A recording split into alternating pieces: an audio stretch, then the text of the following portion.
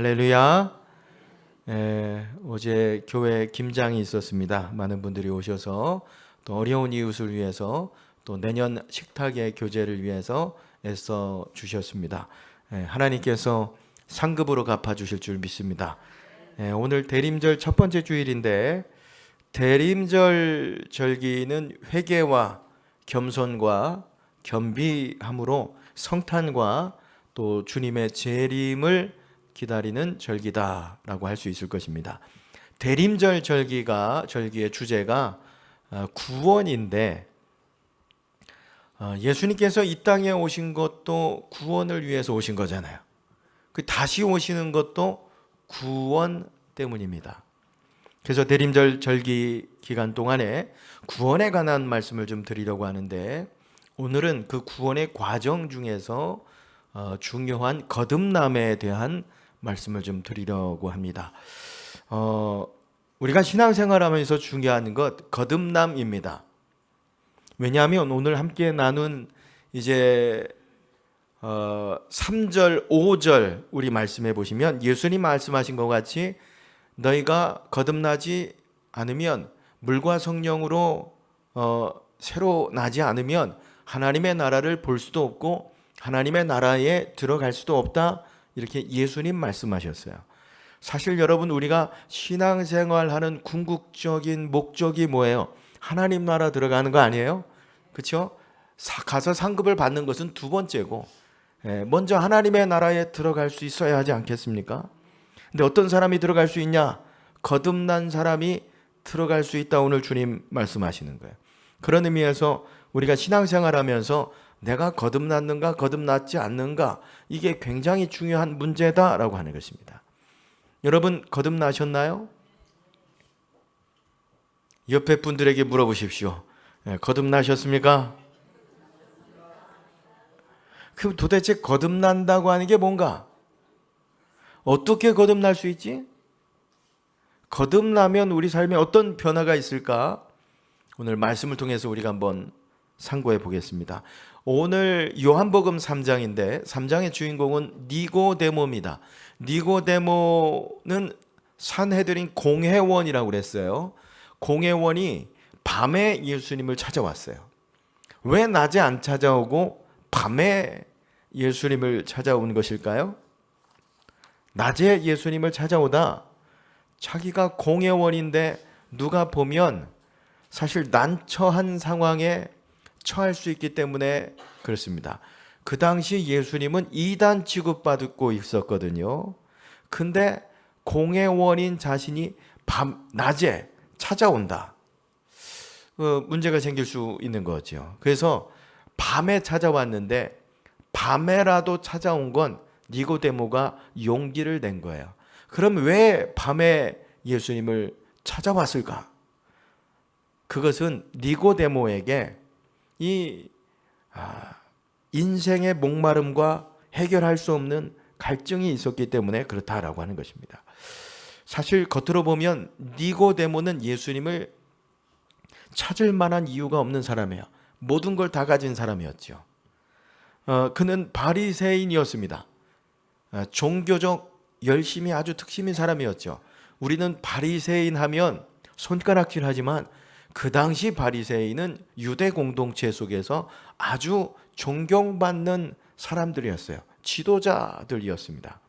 그리고 산헤드린 공회원이라고 그랬는데 유대의 최고 권력기관이라고 할 수 있어요. 70명으로 구성되어 있는데 그 중에 한 사람이었다. 오늘날로 보면 국회의원 정도 되지 않을까요? 그렇죠? 각 지역을 대표하는 국회의원들 한 사람씩 있지 않습니까? 지역에서도 유명 인사고 모르는 사람이 없고, 또 국가적으로도 알려진 인물이다라고 하는 것입니다. 그러니까 그는 종교적으로 윤리적으로 흠이 없고 부와 명예와 권력까지 진 지도자이다, 선생이다라고 하는 것입니다. 근데 그가 밤에 조용히 예수님을 찾아왔어요. 왜요? 다 가졌지만 뭔가 채워지지 않는 그 인생의 목마름과 갈증이 있기 때문이다 라고 하는 것입니다. 사실 인간의 내면의 갈증과 목마름은 자연스러운 것이고 누구나 다 가지고 살아요. 근데 문제는 이걸 다른 방법으로 해결을 하려고 하죠. 뭐 술을 마시거나 마약을 하거나 도박에 빠지거나 중독으로, 아니면 외면하고 무시하고 그냥 이런 인생의 질문과 갈증과 답답함이 있는데도 외면하고 살아가요. 방치하고 살아간다는 거예요. 아닙니다. 여러분 인생의 목마름과 갈급함이 있다면, 답답함이 있다면 주님께 나와야 되는 거예요. 오늘 정직하게 니고데모처럼 어떤 대가를 지불하고서라도, 사실 어떤 사람이 예수님을 찾고 예수님께 나올 수 있게 했어요. 갈증이 갈망이 있는 사람이 아니에요.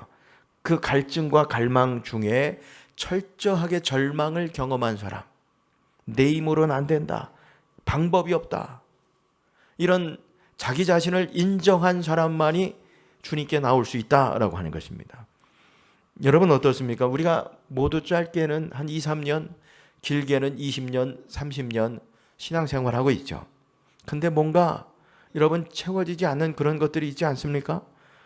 부족한 것은 없는 것 같은데 만족하지 못하고 신앙생활하면서도 답답하고, 여러분 주님께 정직히 나아오라는 주님의 음성인 줄 믿습니다.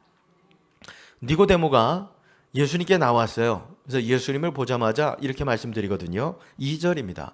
그가 밤에 예수께 와서 이르되 랍비여, 우리가 당신은 하나님께로부터 오신 선생인 줄 아나이다.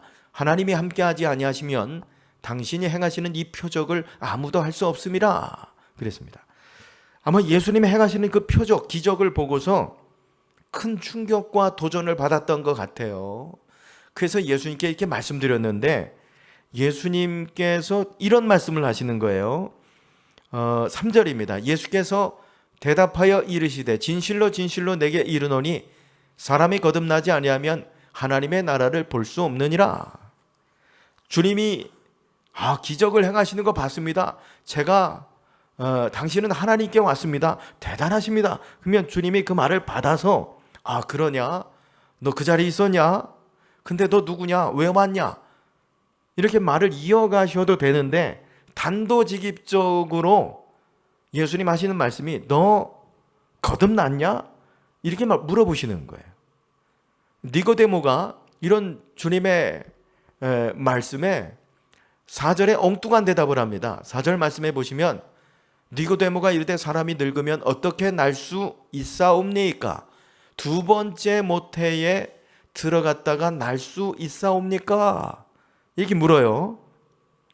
여기 여러분 예수님께서 내가 거듭나야 되겠다 그랬잖아요. 거듭난다라고 하는 것이 어떤 의미일까요? 이 헬라어로 보면 두 가지 의미가 있는데, 첫 번째 다시 태어난다. 그러니까 문자적으로 거듭남이라고 하는 것은 다시 태어난다는 뜻이 있어요. 두 번째 뜻은 위에서 태어난다, 이런 의미를 가지고 있는 거예요. 그러니까 예수님께서 네가 거듭나야 되겠다 이렇게 말씀하신 것은 첫 번째가 아닌 거예요. 두 번째인 거죠. 너 위에서 태어나야 되겠구나, 영적으로 다시 태어나야 되겠구나, 이런 말씀을 하셨는데 니고데모는 문자적으로 이 영의 눈이 열려 있지 않으니까 문자적으로 그냥 다시 태어난다고?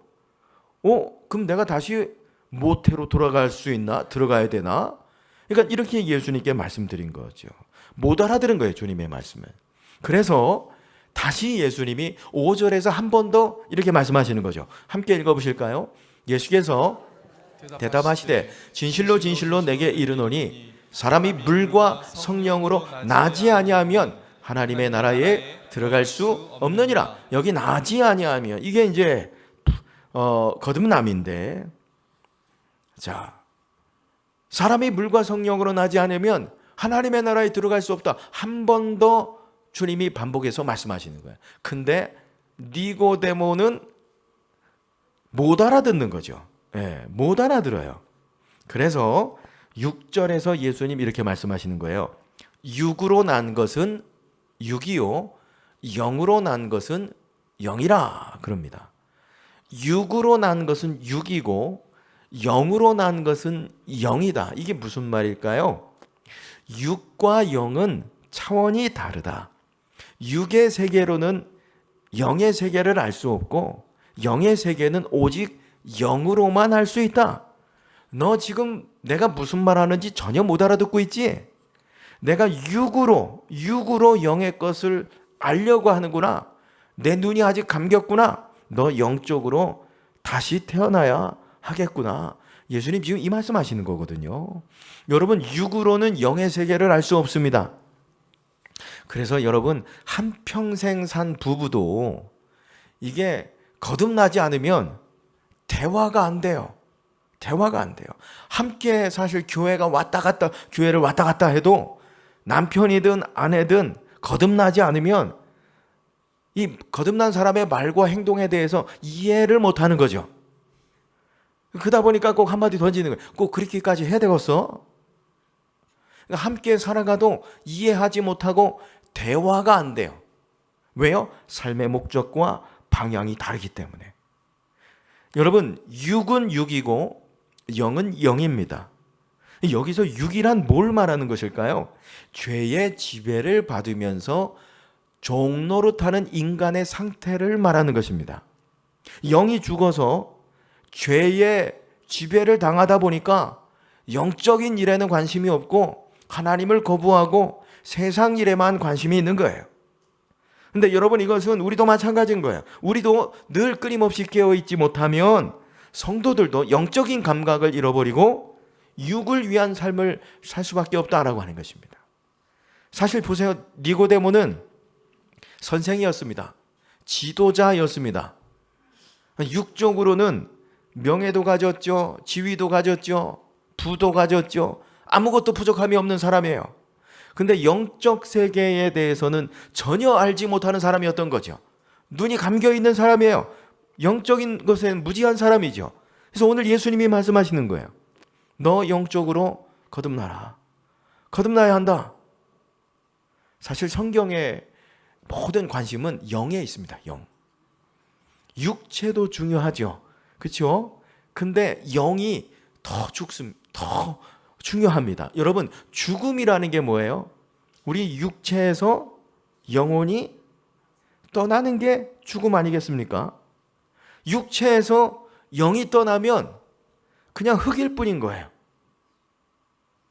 그래서 영이 육체보다 더 중요합니다. 그럼 이 영이 어디서 왔는가? 오늘 창세기 2장 7절에 말씀해 보시면 여호와 하나님이 땅에 흙으로 사람을 지으시고 생기를 그 코에 불어넣으시니 사람이 뭐가 됐다고 그래요? 생명이 되니라 그랬습니다. 하나님이 흙으로 사람을 지으시고 어디에요?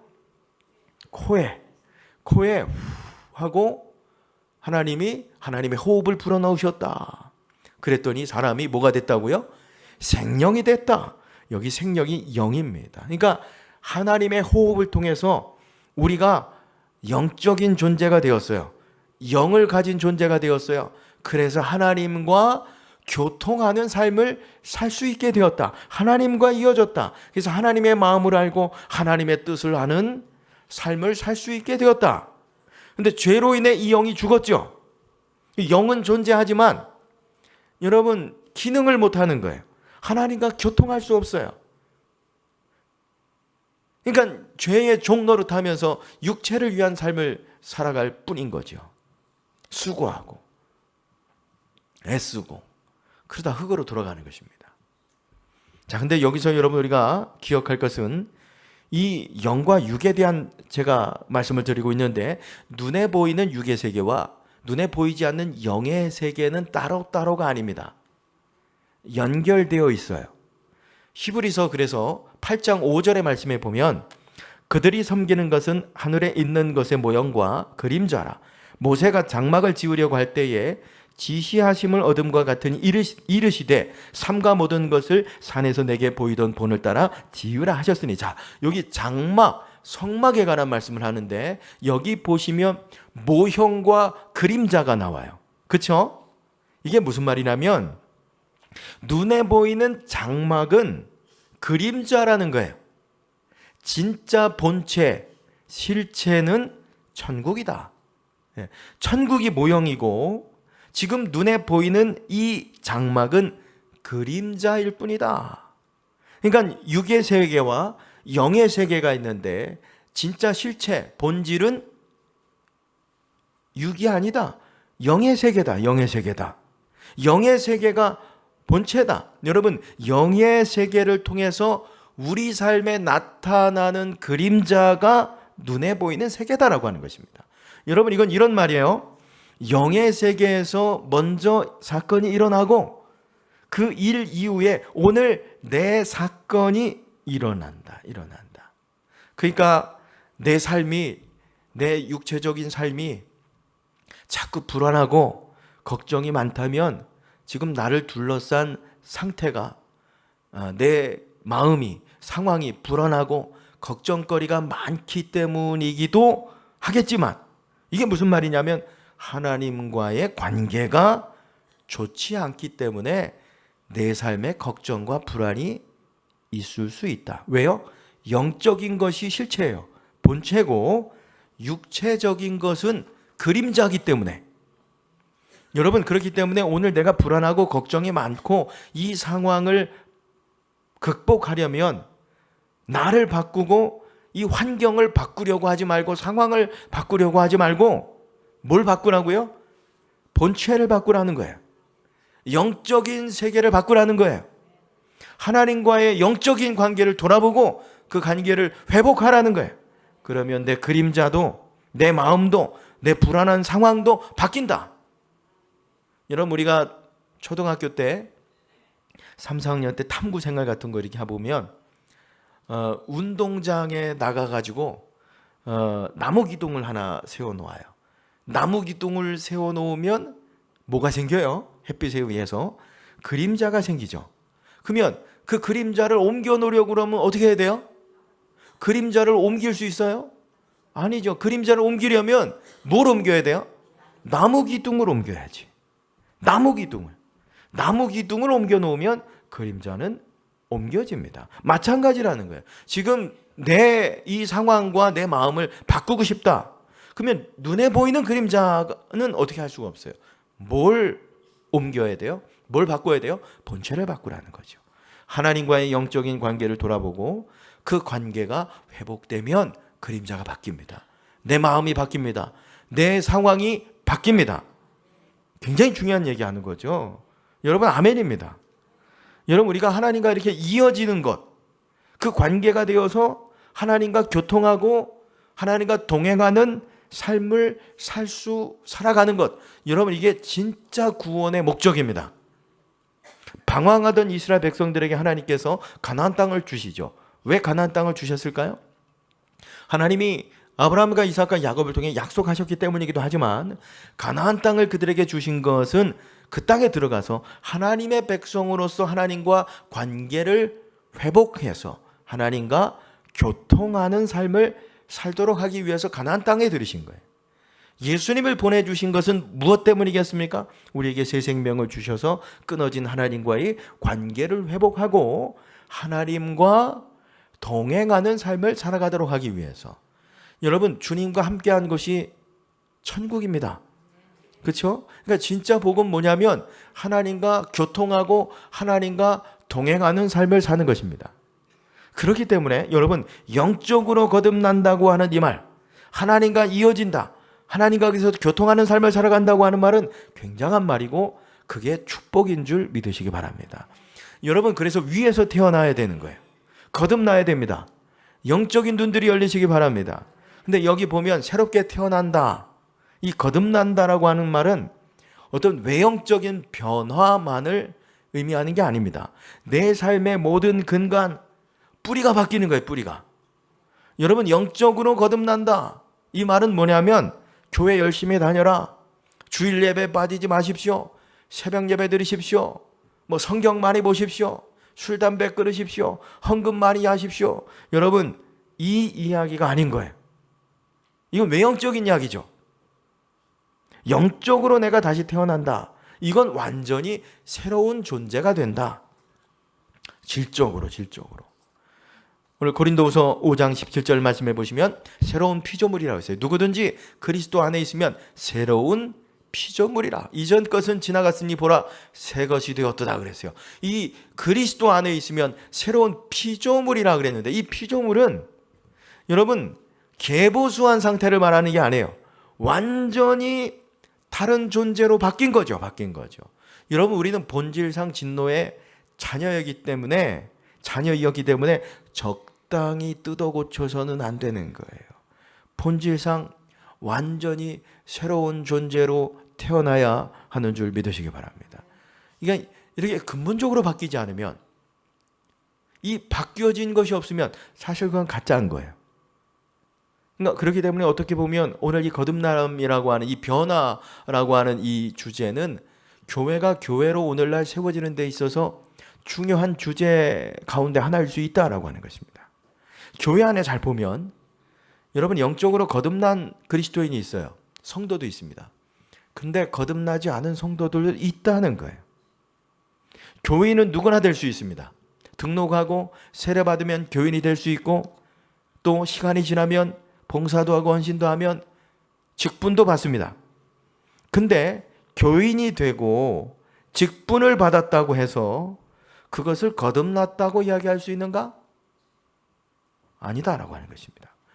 여러분, 거듭남이 없으면 신앙생활에 출발도 못한 거예요. 중요합니다. 내가 아무리 교회 다니고 오래 다니고 직분을 다녔어도 내가 거듭나지 못하면 신앙생활은 시작도 못한 것이에요. 오늘날 보면 설교를 이렇게 보면 거듭남, 이걸 또 이제 중생이라고 이야기하기도 하는데, 거듭남, 중생, 이런 설교 잘 안 해요. 그러니까 교회 안에 거듭난 그리스도인들이 없어요. 교회가 위기다 그럽니다. 세속화의 위기다. 세속화, 세상이 된다는 거죠. 교회가 세상처럼 된다. 여러분, 왜 교회가 세속화되겠습니까? 교회 안에 거듭난 그리스도인들이 많지 않기 때문에 그래요. 교인만 많아요. 등록하고 출석하는 교인들만 많지 영적으로 새로 태어난 교인들이 없어요. 여러분, 교회가 거듭나지 않고 거듭난 교인들이 많아지면 그 교회는 하나님에게 의미 없는 곳이 되어버리고 말아요.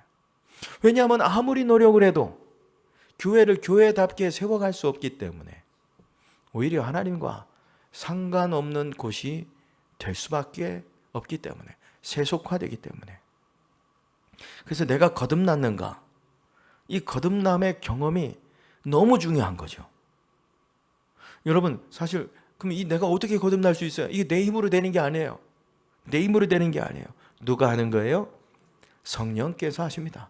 오늘 예수님 말씀하시는 거예요. 바람이 눈으로 볼 수 없지만 바람이 지나가면 나뭇잎이 흔들리는 것처럼 성령께서 하시는 일을 우리가 이 거듭남의 일을 볼 수가 없지만 뭘 통해서 알 수 있어요? 그 사람이 변한 것을 통해서 알 수 있다. 찾아온 변화를 통해서. 여러분, 위에서 태어나면, 영적으로 거듭나면, 성령께서 역사하시면 모든 게 달라져요. 모든 게 새로워집니다. 내 관심의 변화가 일어나면서 좋았던 게 싫어지고 싫었던 게 좋아져요. 그 가장 큰 변화 중에 하나가 뭐냐면 죄에 대한 인식 자체가 달라집니다. 죄로 이제 인식하기 시작하는 거예요. 내가 교인이었지만 교회 다니면서도 죄에 대한 기준 자체도 없었고 죄에 대한 인식 자체도 낮았어요. 그러니까 죄에 끌려 살면서 죄를 지으면서도 죄를 합리화하고 죄를 포장했어요. 거짓말하면서도 나는 거짓말 하나도 한 적이 없대요. 나같이 착한 사람 본 사람 있으면 나와보라 그래요. 근데 거듭나고 나니까 죄가 죄로 보여요. 죄가 끔찍해요. 죄를 멀리하고 싶어요. 죄를 안 지을 수 없지만 빨리 주님 앞에 나와요. 여러분, 예전에 죄에 대해서 이야기하면 머리에 열이 올랐어요. 죄에 대해서 이야기하는 거 듣기 싫은데 회개하고자 그러면 가만히 눈만 멀뚱멀뚱 뜨고 있고. 근데 거듭나면 내가 죄인이란 얘기만 들어도 아멘이 나와요. 회개합시다. 그러면 눈물 콧물로 하나님 십자가 붙들며 나아가는 거죠. 두 번째 거듭나면 여러분 나타나는 현상이 있는데 하나님이 주신 것들을 은혜로 알게 됩니다. 고린도전서 2장 12절 말씀해 보시면 우리가 세상의 영을 받지 아니하고 오직 하나님께로부터 온 영을 받았으니 이는 우리로 하여금 하나님께서 우리에게 은혜로 주신 것들을 알게 하려 하심이라 그랬습니다. 거듭남으로 내가 하나님과 이어져서 영적인 존재가 되면 내게 주신 것들이 하나님의 은혜임을 알게 된다. 내게 주신 것들이 하나님의 은혜임을 알게 되면 자연스럽게 나오는 고백이 뭐예요? 감사합니다. 그러니까 여러분, 감사는 그냥 나오는 게 아니라는 거예요. 내가 영적일 때, 하나님과 이어져 있을 때 그 내 삶에 주어진 것들이 다 은혜임을 알고 감사가 흘러나오게 되는 것입니다. 어떤 교회에 아주 어렵게 살아가는 우리 어르신 한 분이 계셨어요. 권사님이 계셨는데 이분이 감사 할아버지요. 뭐 늘 그냥 감사하다고 하니까. 그래서 교회에서 행사를 마치고 어제처럼 김장을 마치고 집에 돌아가는 길에 옛날에 뭐 싸줄 게 뭐 있습니까? 그러니까 고기 하나 신문지에 돌돌돌돌 말아가지고 드렸어요. 그래서 그걸 가지고 집에 가다가 아이고 넘어졌네. 그래가지고 그냥 신문지에 담겨있던 고기가 그냥 굴러 떨어지면서 진흙에 떨어져 버렸네. 게다가 할아버지도 다쳤어요. 뭐가 감사하겠습니까? 그렇죠? 근데 이분이 하는 말이 이러면서 감사하셨대요. 고기는 떨어졌어도 내 입맛은 안 떨어졌으니 감사합니다. 고기를 주워가지고 다시 길을 가시더라고요. 고기는 떨어졌지만 내 입맛은 안 떨어졌으니 하나님 감사합니다. 여러분, 이분은 영적인 사람인 거예요. 거듭난 사람인 거예요. 그러니까 하나님과 연결되어 있는 분이신 거죠. 여러분, 거듭나면 모든 게 은혜가 은혜로 보이는 줄 믿으시기 바랍니다. 여기까지 온 것도 내 은혜고, 하나님이 우리 가정 자녀들 지켜주신 것도 은혜고, 내가 구원받고 이 자리 나와 있는 것도 은혜고, 모든 걸 다 은혜로 알게 되고 감사하게 되는 거예요. 여러분, 거듭나면 이 외에도 여러 가지 막 예배를 사모하게 되는 거예요. 막 예배 있는 자리가, 찬양하는 자리가 너무 좋고, 말씀이 믿어지고, 그 말씀을 읽고 싶고, 가까이 하고 싶고, 주님의 마음을 알고 싶고, 순종하고 싶고. 중요한 건 여러분, 거듭나야 한다라고 하는 것입니다. 여러분, 성경 공부 많이 한다고 해서 거듭나는 거 아니에요? 교회 잘 나온다고 거듭나는 거 아닙니다. 봉사 많이 한다고 거듭나는 거 아니에요? 성령 체험이 있어야 되는 것입니다. 성령 안에서 거듭나시기 바랍니다. 사실 이런 성령의 역사는 이게 눈에 보이지 않기 때문에 경험하지 않은 분들은 할 수가 없어요. 어떻게 설명이 안 되는 거예요. 설명이 안 되는 거예요. 앞이 안 보는 분에게 예를 들면 이런 스테인글라스 설명해도 아실 수 있을까요? 이런 거죠. 성령의 역사를 어떻게 설명할 수 없어요. 경험으로 아는 거예요. 경험으로. 근데 여러분, 분명한 것은 성령께서는 지금도 일하고 계시고 사람을 변화시켜 가고 계신 줄 믿으시기 바랍니다. 사실 가장 놀라운 변화의 기적은 내가 오늘 이 자리에 나와 있는 거 아니에요? 내가 예수 믿고 오늘 예배하는 이 자리에 아무나 이 예배 자리에 나오는 거 아니에요, 여러분. 하나님이 부르신 사람만, 하나님이 택하신 사람만 오늘 이 예배 자리에 나올 수 있는 거예요. 오늘 나 같은 사람이 예수님 믿고 나를 불러주셔서 오늘 이 자리에 나와 있는 게 기적이라니까요. 신기한 일이에요. 이걸 깨달아진 분들이 부르시는 찬양이 찬송가 305장에 말씀해 보시면 나 같은 죄인 살리신 주의 임마누엘 놀라와. 놀라. Amazing. 그렇죠? 이거예요. 놀라와. 나 같은 죄인 살리신 주의 놀라와. 여러분, 설명할 수 없는 거예요. 놀랍다. 신비한 일이다. 청교도들이 한 말 중에 우리가 수요 말씀 시간에 나눴습니다만 한 번 태어나면 두 번 죽고 두 번 태어나면 한 번 죽는다 그랬어요. 이게 무슨 말인지 모르시겠죠? 전도할 때 사용한 말이라고 하는데 한 번 태어나면 두 번 죽고 두 번 태어나면 한 번 죽는다. 그러니까 부모에게서 태어난 사람은 두 번 죽는다는 거예요. 육체적으로 한 번 죽고 그리고 나중에 둘째 사망 그때 한 번 더 죽고. 그러나 거듭난 사람, 예수님 믿고 거듭난 사람은 육체적으로 한 번은 죽을 수 있지만 두 번 죽지 않는다. 그때 불과 유황못에 던져지는 것이 아니라 새하늘 새 땅에 하나님 나라에 들어가게 된다. 궁금하신 분들은 지난주 그지난주 수요 말씀 예배 설교를 한번 들어보시면 좋을 것 같아요. 보세요. 한 번 태어나면 두 번 죽습니다. 그러나 두 번 태어나면 한 번 죽는다. 한 번 더 태어나셔야 되는 거예요. 사랑하는 여러분, 고린도후서 6장 2절 말씀에 보면 이런 말씀이 있어요. 이르시되 내가 은혜 베풀 때에 너에게 듣고 구원의 날에 너를 두었다 하셨으니 보라 지금은 은혜 받을 만한 때요. 보라 지금은 구원의 날이로다 그랬습니다. 여러분 지금이 은혜 받을 때입니다. 구원의 날입니다. 내가 거듭나야 될 때입니다.